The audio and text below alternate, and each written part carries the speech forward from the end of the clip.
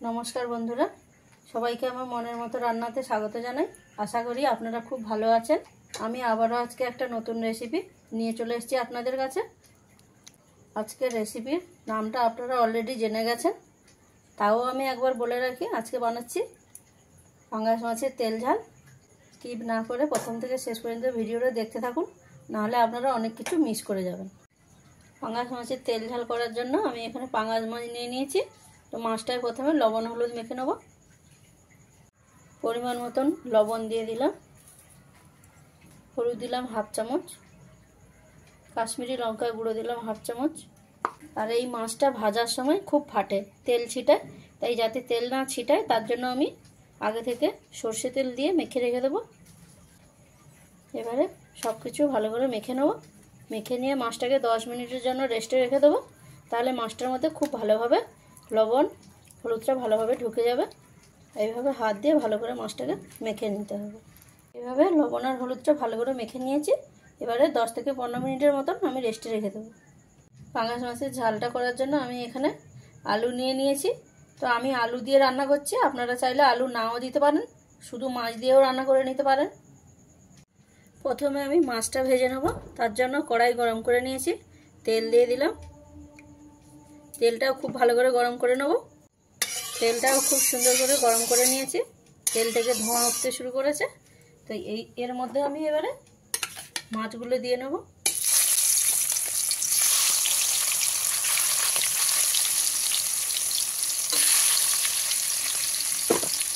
মাছগুলো এবারে খুব সুন্দর করে ভেজে নেব।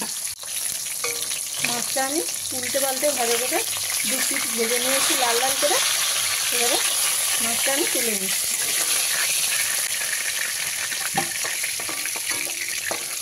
মাছগুলো আমি ভেজে নেব।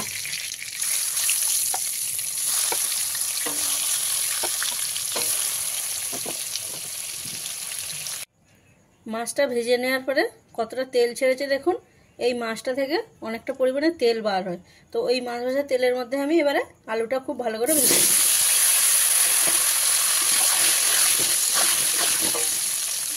আলুটার মধ্যে হাফ চামচ লবণ দিয়ে দেবো,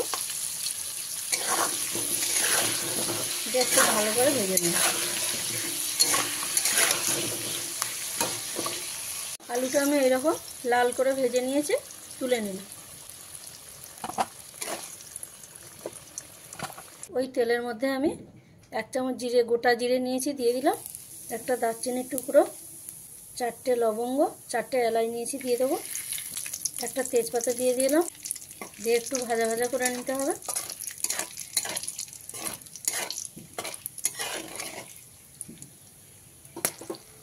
এবারে এর মধ্যে আমি 3 পিস মিডিয়াম সাইজের পেঁয়াজ কুচি করে নিয়েছি, দিয়ে দিলাম।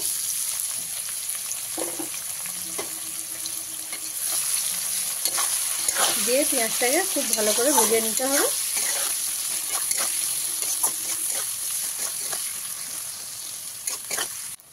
পেঁয়াজটা আমি মিডিয়াম ফ্লেমে রেখে পেঁয়াজটা এরকম লাল করে ভেজে নিয়েছি। গ্যাসের ফ্লেমটা আপনারা হাই করবেন না, তাহলে পেঁয়াজটা পুড়ে যেতে পারে। তো এইবারে আমি রসুন দিয়ে দেবো। এর মধ্যে রসুন দিলাম 2 চামচ, আদা বাটা দিচ্ছি 2 চামচ,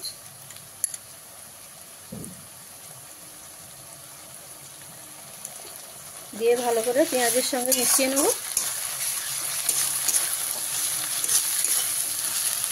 পেঁয়াজের সঙ্গে ভালো করে মিশিয়ে নিয়ে আদা রসুনটাকে ভালো করে কষিয়ে নিতে হবে।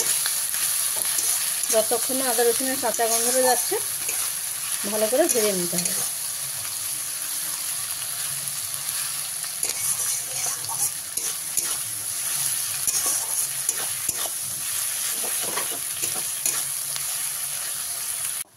আদা রসুনটা খুব ভালো করে আমি ভেজে নিয়েছি, আদা রসুনের কাঁচা গন্ধটা চলে গেছে। এবারে এর মধ্যে আমি জিরে আর ধনে বাটা 2 চামচ দিয়ে দিলাম। জিরে আর ধনেটাকে আপনারা আধ ঘন্টা আগে ভিজিয়ে রেখে দেবেন, তাহলে আপনাদের বাটতে সুবিধা হবে। আর না ভিজিয়ে রাখলে মশলাটা অমসৃণভাবে হবে।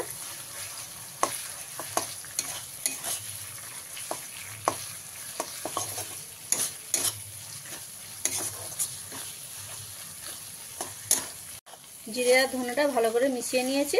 তো আমি এখানে 1 চামচ গোটা জিরে আর 1 চামচ গোটা ধনে নিয়ে ভিজিয়ে রেখে বেটে নিয়েছি। তো এবারে এর মধ্যে আমি 5 পিস শুকনো লঙ্কা নিয়ে বেটে নিয়েছি, দিয়ে দিলাম। দিচ্ছি 1 চামচ হলুদ, পরিমাণ মতন লবণ, কাশ্মীরি গুঁড়ো লঙ্কা 1 চামচ, দুটো মিডিয়াম সাইজের টমেটো কুচি করে নিয়েছি, দিয়ে দিলাম। দিয়ে এবারে মশলাগুলোকে খুব ভালো করে কষিয়ে নিচ্ছি। গ্যাসের ফ্লেমটা এই সময় আপনারা মিডিয়ামে রাখবেন, হাইতে দিলে মশলাটা পুড়ে যাবে। এইভাবে ভালো করে মশলাটা কষিয়ে নিতে হবে।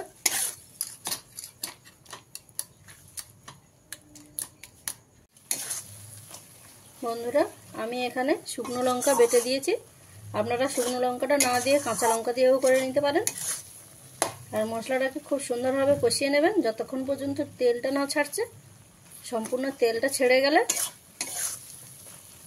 তারপরে জল দেবেন।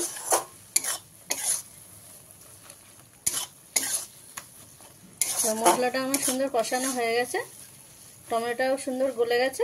এবারে এর মধ্যে আমি ভেজে রাখা আলুগুলো দিয়ে দেবো। ভেজে রাখা আলুগুলো দিয়ে দিলাম। দিয়ে মশলাটা আলুর সঙ্গে খুব ভালো করে মিশিয়ে নেব।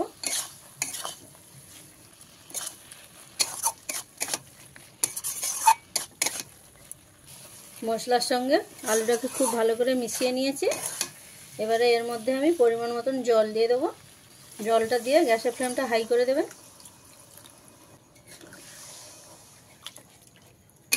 ভালো করে মিশিয়ে নিয়ে 5 মিনিট ফুটিয়ে নেব। ঝোলটা সুন্দর ফুটে গেছে। এবারে এর মধ্যে আমি ভেজে রাখা মাছটা দিয়ে দিলাম। আপনারা জলটা দেওয়ার পরে দেখে নেবেন লবণটা ঠিকঠাক আছে কিনা। আমি যেহেতু স্টেপে স্টেপে লবণ দিয়েছি, আলু ভাজাতে দিয়েছি, মশলা কষানোর সময় দিয়েছি, তো আপনারা দেখে নেবেন জলটা দেওয়ার পরে, যদি লাগে লবণ দিয়ে নেবেন। আর আপনারা যে যেরকম গ্রেভি খেতে চান, কেউ যদি ঝোল ঝোল করে খেতে চান জলটা একটু বেশি দেবেন, কেউ যদি কষা করে খেতে চান তাহলে জলটা অল্প দেবেন। আর মাছটা দিয়ে খুব বেশি সময় ফোটানো যাবে না, অল্প সময় ফুটিয়ে নিয়ে নামিয়ে দিতে হবে। তো মাছটা দিয়ে নিয়েছি, আমি অল্প সময় ফুটিয়ে নেব। ঝোলটা আমি ফুটিয়ে নিয়েছি অল্প সময়। তো শেষ পর্যায়ে আমি এর মধ্যে ধনেপাতা কুচি দিয়ে দিলাম।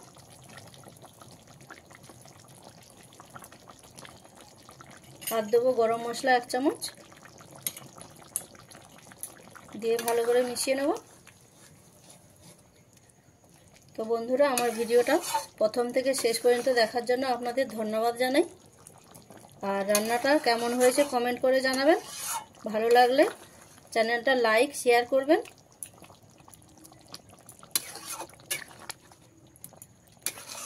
আর সাবস্ক্রাইব করা না থাকলে চ্যানেলটা সাবস্ক্রাইব করে দেবেন। আমার চ্যানেলে আরও ভিডিও দেখার জন্য আপনারা চ্যানেলটাকে নোটিফিকেশানের বেল আইকনে ক্লিক করে রাখবেন, তাহলে আমি যখন ভিডিওগুলো ছাড়বো আপনাদের কাছে প্রথমে চলে যাবে। তা আমার মেশানো হয়ে গেছে, রান্নাটা রেডি, এবার নামিয়ে নিলাম।